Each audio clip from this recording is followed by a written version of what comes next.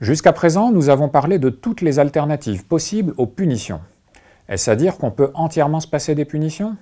On peut certainement les diminuer considérablement, et ça vaut bien la peine de le faire. Mais s'en passer totalement, c'est sans doute une utopie. Les punitions sont un mal nécessaire. Il ne faut donc pas se les interdire, l'enjeu est de les utiliser aussi peu que possible, à bon escient, et d'une manière qui est vraiment efficace avec un minimum d'effets pervers. Alors comment faire? Premièrement, anticiper et prévenir les punitions. Avant même la manifestation d'un comportement justifiant une punition, il existe souvent des signes précurseurs qui sont perceptibles par l'enseignant, ou des déviations mineures du comportement qu'il importe de tuer dans l'œuf avant qu'elle ne s'aggrave. Dès qu'un enseignant perçoit de telles déviations, il peut faire plusieurs choses. Sans s'interrompre, il peut utiliser le regard insistant pour signaler à l'élève que son comportement est repéré. Sans s'interrompre, il peut utiliser un signal non verbal convenu à l'avance avec les élèves, se racler la gorge, taper dans les mains, taper doucement sur la table de l'élève, ou même sans s'interrompre, se rapprocher de l'élève en question. La seule proximité physique peut avoir l'effet souhaité. Ou même aller jusqu'à rentrer dans la sphère privée de l'élève. Cela peut être le toucher en posant calmement sa main sur son épaule tout en continuant à parler, ou si le toucher n'est pas acceptable, simplement poser la main sur le dossier de sa chaise ou sur sa table. Dans tous les cas, ces réactions peuvent cesser lorsque le comportement indésirable cesse.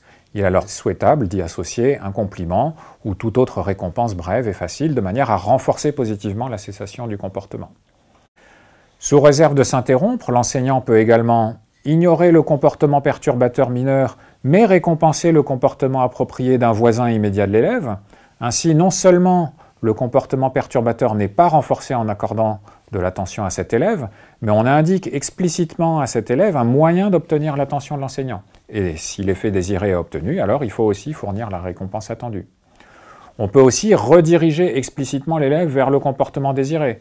Plutôt que de perdre du temps à dire ce qu'il faut arrêter de faire, il faut dire directement ce que l'élève doit faire. Donc lis le manuel, fais l'exercice, etc. Et récompenser dès que le comportement est adopté, au moins par des compliments. Après, si on doit donner des punitions, quelles punitions donner? Dans la vraie vie, une punition, ça peut remplir des fonctions multiples. Ça peut être de diminuer la probabilité d'apparition d'un comportement, mais ça peut aussi être de rendre la justice avec une punition qui est proportionnée à l'infraction, ou encore ça peut servir un objectif moral, comme donner une bonne leçon ou faire comprendre que c'est inacceptable. Ces différentes fonctions peuvent tout à fait être légitimes, mais il faut aussi être conscient qu'elles ne sont pas nécessairement compatibles les unes avec les autres. Ici, notre seule préoccupation, c'est de diminuer les comportements inappropriés. Et de ce point de vue, les seules punitions utiles, ce sont celles qui font effectivement diminuer les comportements inappropriés, de manière durable et pas uniquement sur le court terme. C'est d'ailleurs notre définition technique du mot punition. Du coup, vouloir utiliser en même temps les punitions pour atteindre d'autres objectifs, c'est s'exposer à rater cet objectif premier. Bien souvent, lorsqu'on veut rendre la justice ou donner une bonne leçon, ça conduit à des punitions sévères données de manière solennelle, éventuellement en manifestant une colère réelle ou feinte et en proférant des menaces. En revanche, l'objectif de diminuer les comportements indésirables conduit à d'autres modes de punition, des punitions immédiates, courtes, peu sévères et données de manière calme. En quelque sorte, une punition, ça doit être le simple déroulement d'un plan convenu à l'avance. Alors il y a globalement 3 types de punitions. Premièrement, les conséquences aversives. Ce sont des choses qui se produisent, qui sont désagréables, comme des regards désapprobateurs, des menaces, des réprimandes, des cris, des coups. Ces punitions peuvent avoir un effet immédiat en stoppant le comportement ciblé, mais en général, elles ne diminuent pas la probabilité d'apparition du comportement. Un deuxième type, ce sont les privations, comme confisquer un objet ou faire perdre des points ou des privilèges, de même que l'isolement.